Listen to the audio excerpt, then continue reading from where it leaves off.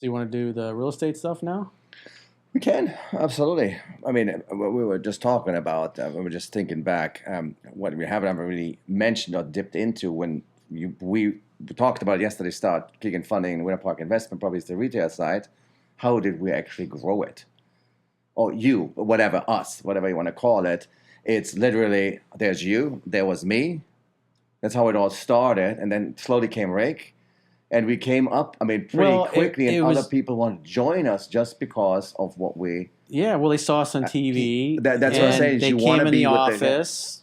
James. We had that 1,600 square foot office, and before we moved to the bigger one, that place was all the cubicles were taken. There were always a bunch of clients. There were cars in the front and cars in the back. And so when people came in the office, it was noisy. There were people moving around. The fax machines going off. Phones are ringing. And it's like people are like, something's happening here. It's like young, aggressive, and older people, obviously. Yeah. But just we had a mix of everybody just buzzing around like little bees, making things happen. And so people saw that and they're like, they don't see that too many times when they go in businesses, and we're all having a good time laughing because we would only hire people that we liked talking to, hanging out with, and working with, because we like to work hard, but we also like to play hard, and it's fun to come to work with people that you like. And so that was essential to me and my partners, is that we hired cool people that we liked, and it made work fun. You look forward to it. You look forward to coming in, the camaraderie and sharing the deal that you closed, or the money that you made, or the girl that you hooked up with, or the house you bought,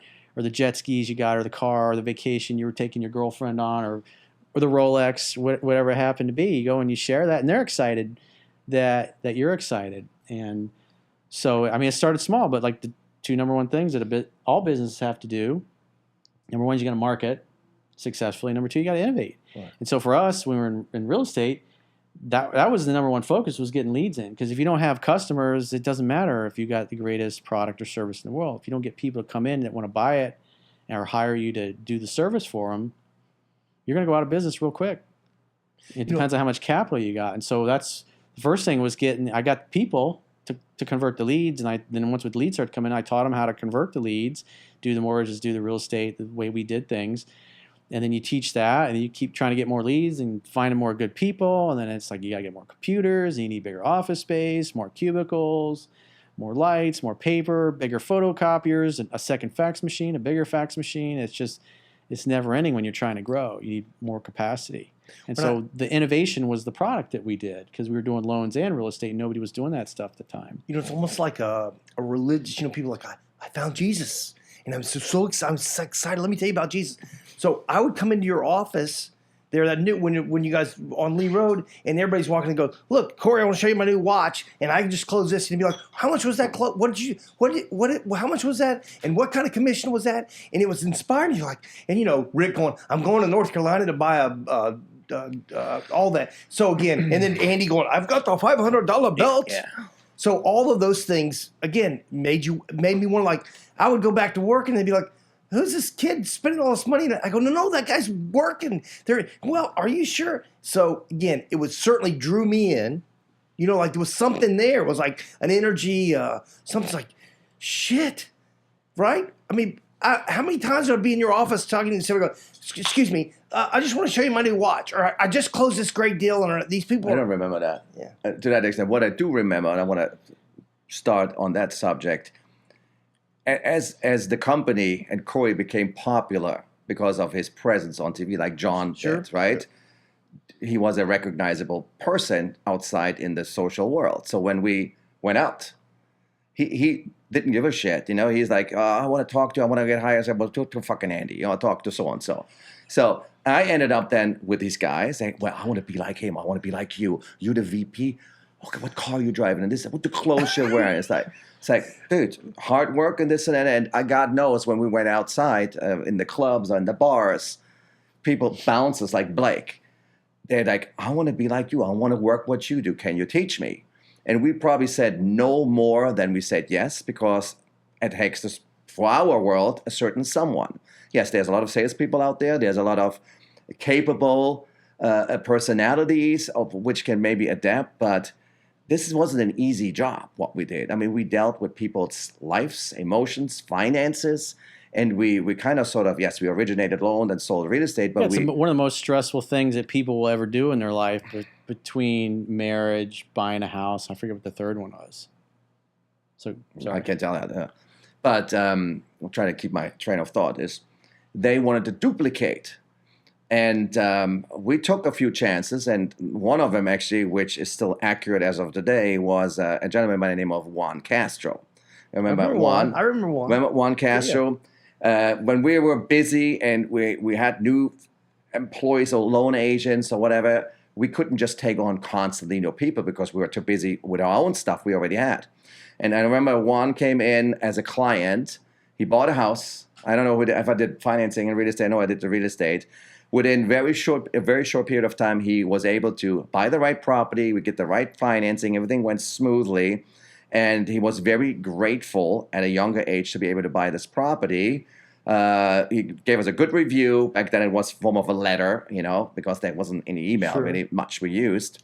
And a couple of years later, he came back and says, listen, I want to work for you. I want to learn. I got my real estate license. Or if I get my real estate license, would you teach me? Would you help me become successful as you guys are? And at that time, we were busy. We had a fully functioning office, plenty of agents, barely any time for anything. And I said, why don't you, I don't have time to train new agents. We need somebody who already has the basics in play. We can provide the leads, and you send you out and you do your work or your job, right? So I said, well, I'm going to go and learn it all. And once I'm comfortable and you don't have to teach me how to write up a contract or review a credit report or whatsoever, I come back. So a year or 2 years goes by, and he went with Keller Williams, another real estate firm at that time. We took him on. Well, he wanted to work with me. So from day one, from the first lead I gave him, we pre-qualified the clients. I did all the pre-qualification. Somebody just pre-screened them. We knew, okay, that's the income, that's the credit, that's the money we had to play with, that's the purchase price. One pre-approved for $350, closing cost contribution necessary of 2%, yada, yada, yada. So he's been given the tools to successfully supply the right product or the right property to the client. And from day one, he got the first lead. He came home the next day, fully executed copy of the contract, everything in play of what the lender or lending side was needing. And I think he made, I don't know, $100,000 in the first year, money he's never made in his life. Right. And he was the most courteous and friendliest and capable agent I think I ever trained. Yeah, he was good. So fast forwarding 20 years, this guy now is one of the listing brokers for Redfin, which is a very popular online real estate firm like Zillow and Trulia and Hotpads. And he produces as a listing agent beyond 20 to 25 million in sales volume for the last few years. So, and I just had lunch with him the other day, a couple of days ago. It happened to be his birthday. I didn't know. So, we sat and talked and all of this. Yeah, he got the Diamond Award or something. And you had 25 million and up in annual volume. That's a big deal, right? In Central Florida. There's not that many people. You're the 1%. So, and he blew me out the water. He said, I always want to be with you. I can't even hold the candle to this guy. Now, it works a little differently with Redfin. You don't generate your own business. They're giving you the leads, the appointments, all of that. So you are on a salary and a bonus. So if you produce $25 million, you make a shitload of money, $500,000. But if you work for Redfin as a listing broker, you've been paid salary, bonus, all kinds of incentives, obviously, to keep you, but you don't have to get your own business. And what you do as a listing broker, you just list. You don't act as a buyer's agent, ever. All you do is list properties. And in this time and age we are now in 2020, list to last, as we always say. 2021, it's the listing agent holds the power, the candle these days, because the real estate market has completely changed of what it used to be because of simply decreased interest rate, affordable interest rates, and unfortunately, COVID.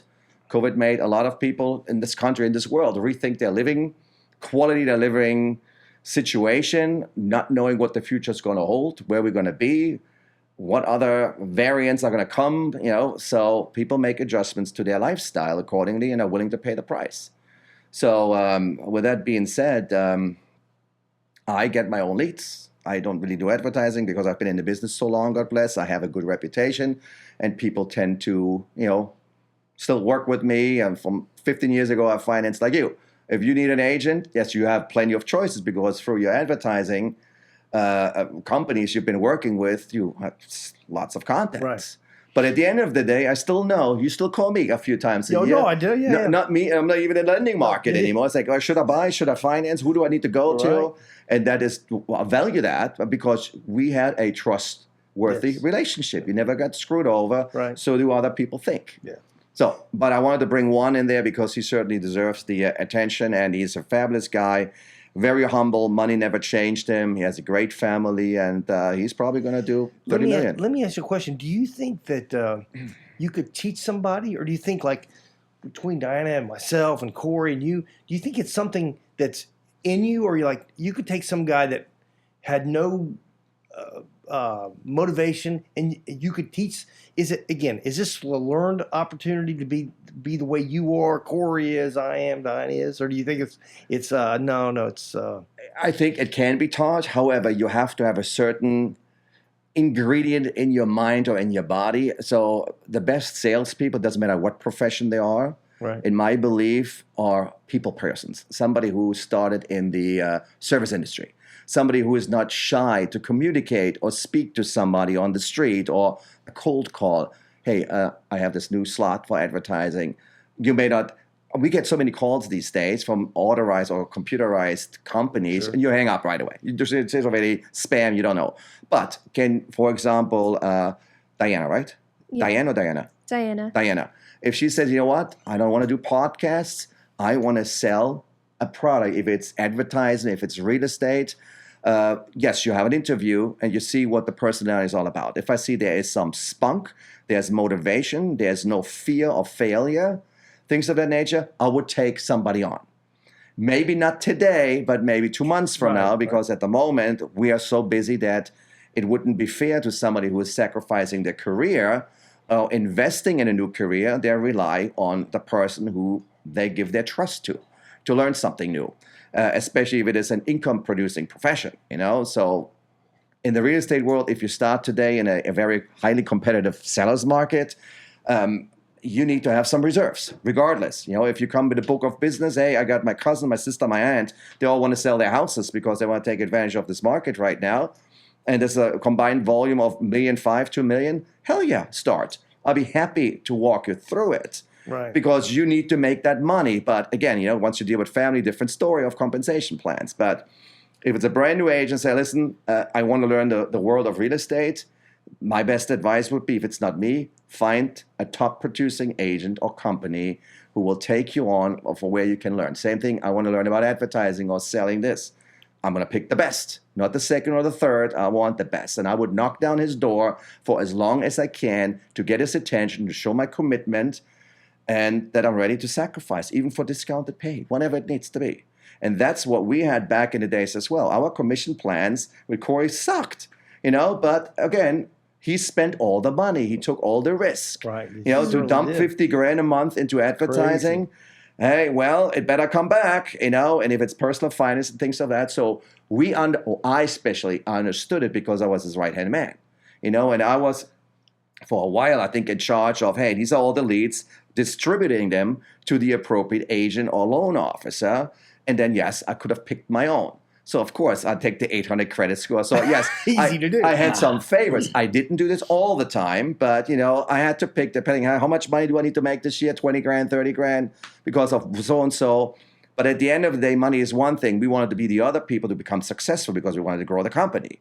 So it was just a hierarchy, basically. Number one, I'm number two, and then we split different groups. They hired their own agents, so everybody was able to make a cut on somebody else's income or production. But the commission splits we had 20 years ago, you can't open a business these days. It is expected in the real estate market as a realtor or a real estate professional, minimum 90%. That there's agencies out there who offer 100% and give you free as errors on the mission, free email, free customer service, whatever the heck, and they just charge a compliance fee, $300, $395. You can move that over to the buyer or to the client, or you can pay it from your commission. But it is very competitive in the real estate market now, and young agents, even with no knowledge, expect to get paid top dollar. I tried all of this over the last 5 years, hired agents, helped them out, but I ended up doing most of the work and giving up half of the commission. And they got comfortable, you know? So it's like, it's not the way it works. Right. Now a new agent comes, like, what are you paying? What are you offering? Well, I'll give you 80%. If you bring your own leads, if you take more of my leads, it's 50. It's like, no, I need 100, or I want 95, and if I bring my own lead, I want 70. Wow. It's like, I take all the risk, I take all the time away from making a living or producing for my company by giving you my attention, and then make a call. It doesn't work. I mean, not in my situation anymore where I am. I'm an established person, you know, and we get to choose and pick, but it is very rewarding teaching and getting somebody to success. That's how we started, you know. I had always real estate experience, but I didn't have the vision. Corey always had the vision, and he knew what to do to double, triple volume. I was the enforcer, the collector, whatever you want to call it. The enforcer. You send me to war, and I get it done, you know. And I won't call it this way. He always did. Man always came through. That's the thing. That's where we're coming right back. You have to have the attitude. You have to have the willingness, the commitment, and the ambition to succeed in what you're picking to do, you know. And that's what I would tell every new agent. That's what I tell everyone who is calling me or talking to me. I say, oh, this thing is so easy to sell, you know, $5 million worth of real estate. It comes with a lot of work. It comes with a lot of communication. And, you know, nowadays technology, while I'm sitting here in the last 5 minutes, I got 3 text messages from agents wanting to hear back of an offer they sent 10 minutes ago. So it's expected to review and hold your mobile device constantly in your hand and communicate. Right. And it's very almost unusual when you don't respond within an hour. So, but that's the life we live. I couldn't these live days. like that, man. It is crazy. It's crazy, and it drives everybody insane, and you get anxiety sometimes. It's like, listen, I'm doing something. And I tell people I'm doing something in the moment from 12 to 3. I'm busy doing such and such. And they don't understand because they have to report to their clientele. And especially if it's a competitive market, time is of the essence, time is money. Sure. You know? In my business as well, in terms of sales, people are like, yeah, I texted you an hour ago. So, yeah, I understand that. Let me, I spoke to Corey. This is interesting, and you talked about Juan and Rick, and so Corey knows the quote better than I do because I tried to talk to you about that in Dr. Diana's office, and you explained, you go, no, he said this. So Bill Walsh, the coach of the 49ers back with Steve Young and Joe Montana, they said he won how many 2 or 3, 4 Super Bowls, and they said, what is the most thing you're proud of? And I was supposed to say, well, he won 4 Super Bowls or whatever. He said that he was most proud that his coaches that coached under him became head coaches, right? And so you guys have had some great head coaches. Go on, Juan, Rick, and Joe. Juan killed it. He had it, though. He was willing to do the work. He was hungry, and you could tell him to do something. He would just get all over it like a bulldog and make it happen. Juan wasn't only looking for the money. He wanted to be taught the whole tricks of the trade, basically, to communicate with his clients to achieve the best possible scenario for them and get compensated on it. Yes, of course, money has part of it, and he wanted to make a certain amount of income to support his family comfortably. He was never thriving to make $1 million a year. He didn't need that. He knew my family is based on a house, a car, a college fund, things of that nature. And he had his set where he's like, I need to make 100,000, 150. But he wouldn't stop once he reached his goal. He wanted to kept going because he enjoyed it and he was good at it. And that's the key to our success. If Corey does what he does right now, you what I do, or whatever, we want to do what we do. If not, we wouldn't perform well. And people will notice that. So, and the key to every sales job or product you're selling or advertising is your commitment and your belief in what you're doing and being true to it. That's my philosophy. So when it comes to real estate, obviously, in my humble opinion, because I worked with this guy for 5 years, and even though we butted heads and I wrote about it and Mastering Yourself, all that stuff, and they're like, God, Corey, you're pretty harsh about the things you said about Andy and your business partners. It's like, we've always been real with one another, and there's nothing I wrote about that I wouldn't say to his face and haven't said to his face, and a lot worse, and vice versa. But when it comes to real estate, whether it's property management, or if you got questions about mortgages, or if you should buy a house, if you should sell your house, if you're thinking about investing in real estate, there's nobody better than Andy Cooner. And I totally feel comfortable, even after all these years, highly recommending him because he was always a top producer. He was a top dog in my shop, and you guys obviously have heard him talk throughout the videos, and he knows what he's talking about. And obviously I taught him a lot. He already knew a lot, and he's learned a lot since, and he's an absolute master of his craft. And so if you got questions in real estate or mortgages or investing in real estate, he is the man. So I would definitely hire him in a second. And he's done work for me as an agent, as vice versa. I've coached him, as we've heard talk about over the years, through different relationships, and even now his current wife. And he's just awesome at it. So if you got questions or you'd like to hire him to consult, he's the man to talk to. The audience, I hope you guys did enjoy our segment today, and hopefully you got some information and some value out of it. If you'd like to find out more about real estate, property management, real estate investing, a mortgage, hard money loans, anything related to the real estate financial market, feel free to reach out to me. My number and my email will be displayed below. You guys be well.